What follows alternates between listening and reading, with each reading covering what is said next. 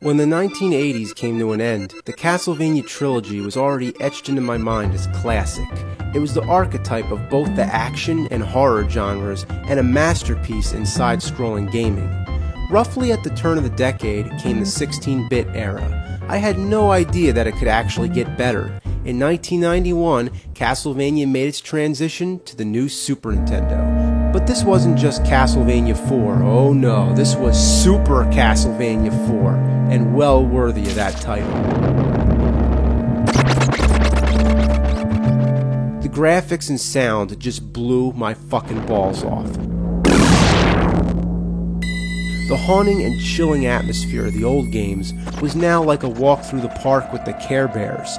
This time, I was really getting scared.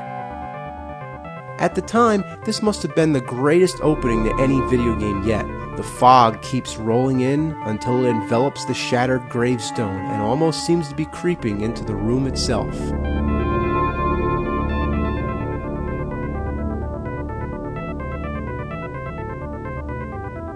And then, of course, we have the game.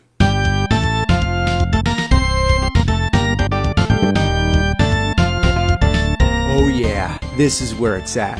The graphics give a supreme demonstration of what the Super Nintendo could do. There's not two levels that look alike, and the attention to detail is exquisite. The first time I played, I didn't even notice that skull in the background. If you look close enough, you can see bats flying out. There's a stage where the background spins, giving you a three-dimensional effect. Then there's the room that rotates two-dimensionally, and you have to hang on to your whip. It gives you a feeling of disorientation that I hadn't felt yet in a game. But the best advantage, the most important thing that they improved here, was the control. The choppy stiffness of the earlier games, gone.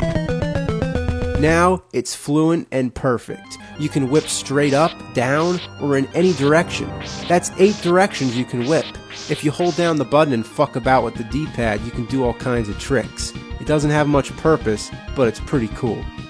Being able to whip any way you want makes it easier to attack enemies while you're in mid-air. Not to mention, when you jump, you have more ability to control where you land. You can even move while crouching. The control is perfect. And that's the key word here, control. You feel like you're in control.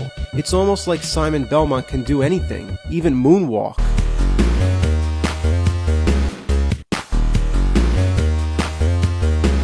It's as if you are Simon Belmont and fully immersed in the game.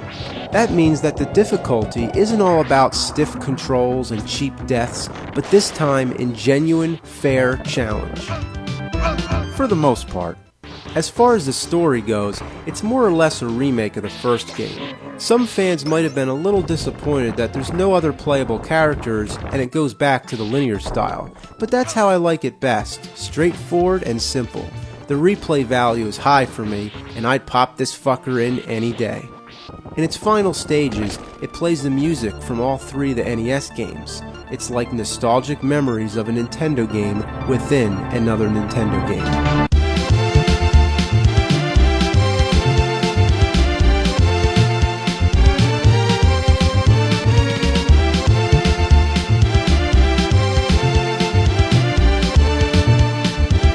That's it, the perfect Castlevania game. But what will come next? We had a sequel, a prequel, and a remake. Which direction could the series go after this?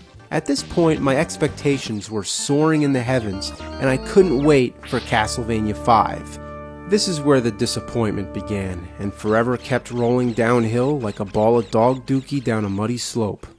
I opened up the pages of Nintendo Power, and there it was, Castlevania Dracula X. I said it out loud to myself. Castlevania Dracula X. I wondered, why not just call it Castlevania 5? Well, that's what I thought back then, but if only I knew the original Japanese title, Devil's Castle Dracula X Rondo of Blood. Just rolls right off your tongue. The original version on the PC Engine would be unknown in North America for years to come until it was eventually released on the PSP. The Super Nintendo version is often seen as a butchered port, but I think it's a decent addition to the series.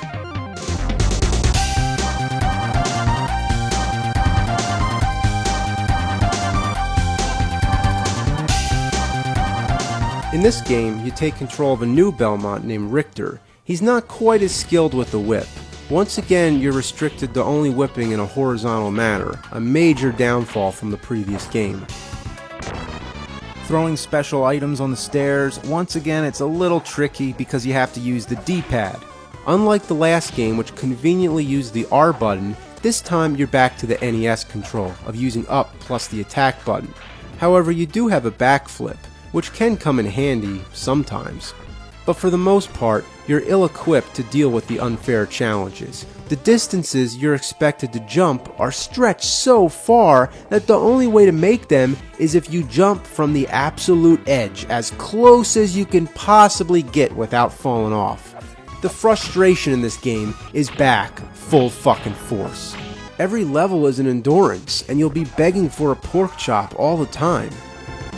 The final battle with Dracula is impossible. Fucking possible. Is it bad enough Dracula turns into a devil wearing a Speedo? But on top of that, you have to hop across platforms? Anywhere you stand, one hit will knock you off and kill you. Dracula X was a decent game, but not a worthy successor to the masterpiece Castlevania 4, so the search was still on. Now let me explain something for a minute. I couldn't afford more than one game system at a time, plus a library of games to support it, so I passed on PlayStation in favor of the next Nintendo console. I was sure that the same way the Super Nintendo impressed me so much, the Nintendo 64 would come along and do the same, delivering the next best Castlevania. I was ready to have my balls blown off by awesomeness once again. There were two games, one simply titled Castlevania and the other Castlevania Legacy of Darkness. They were both released the same year and share the same style of gameplay. Like Mario and Zelda, Castlevania was making a leap to the third dimension.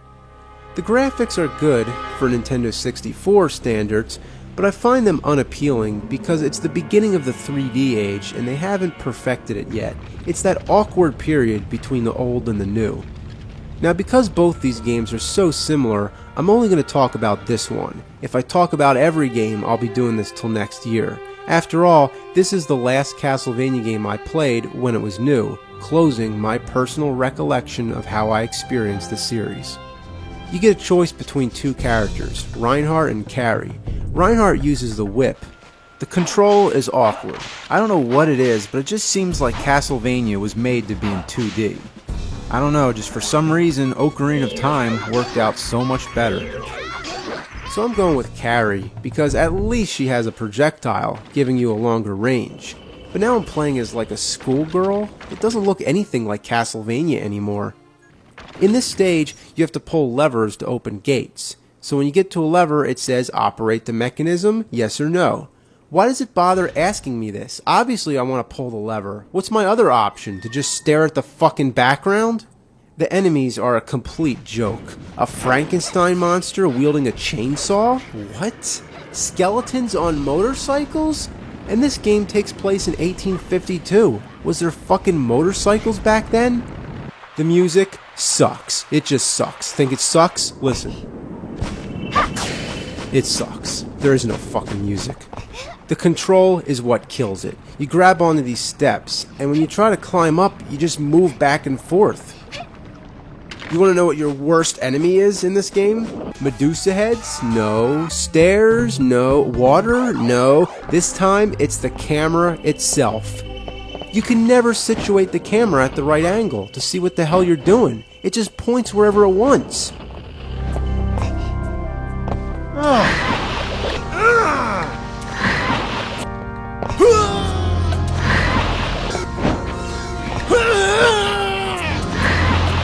Okay, so now I'm at a part where I'm supposed to destroy a cracked wall using two separate items. So I gotta find these two items and combine them together so they make some kind of explosive chemical. One's called a mandragora and the other is nitro. I got the mandragora first, but now when I try to pick up the nitro, it's telling me I can't carry them together because they'll explode. So, okay, I guess I gotta carry them one at a time. No problem, right? Well, I carried the mandragora over this cracked wall, and guess what? I just realized I have no clue how to put this thing down. There's no drop or throwaway option, nothing. I tried putting it in these garbage chutes on the wall, but still no luck. Then I found these statues that talk to you. At first, I thought they were just giving you hints, letting you know what to do with the Nitro and Mandragora, but since I can't seem to place the stuff on the ground, I figure I have to talk to these statues in order to even use the items at all. Even though that makes no sense, that's like talking to a fire hydrant so you can use dynamite to demolish a building. But anyway, talking to the statues doesn't work either. Turns out I was supposed to get the Nitro first, but now that I'm stuck holding the Mandragora, there's nothing I can do. The game's over. What a fatal flaw. Just because you miss some object, it won't let you continue. I don't know what else to do, so the only other thing I can think of is to start the entire game over. And this time, make sure to get the Nitro first. Well, I did just that. I started all the way back from the beginning, made it all the way back to the castle center.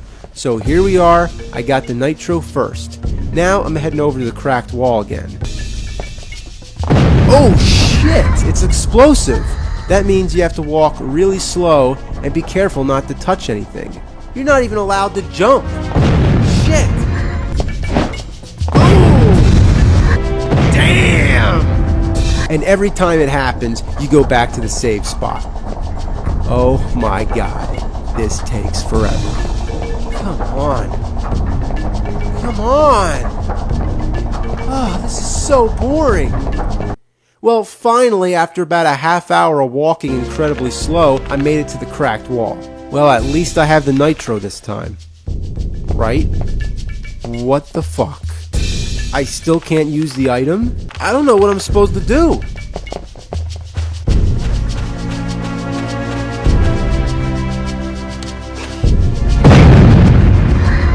Life sucks.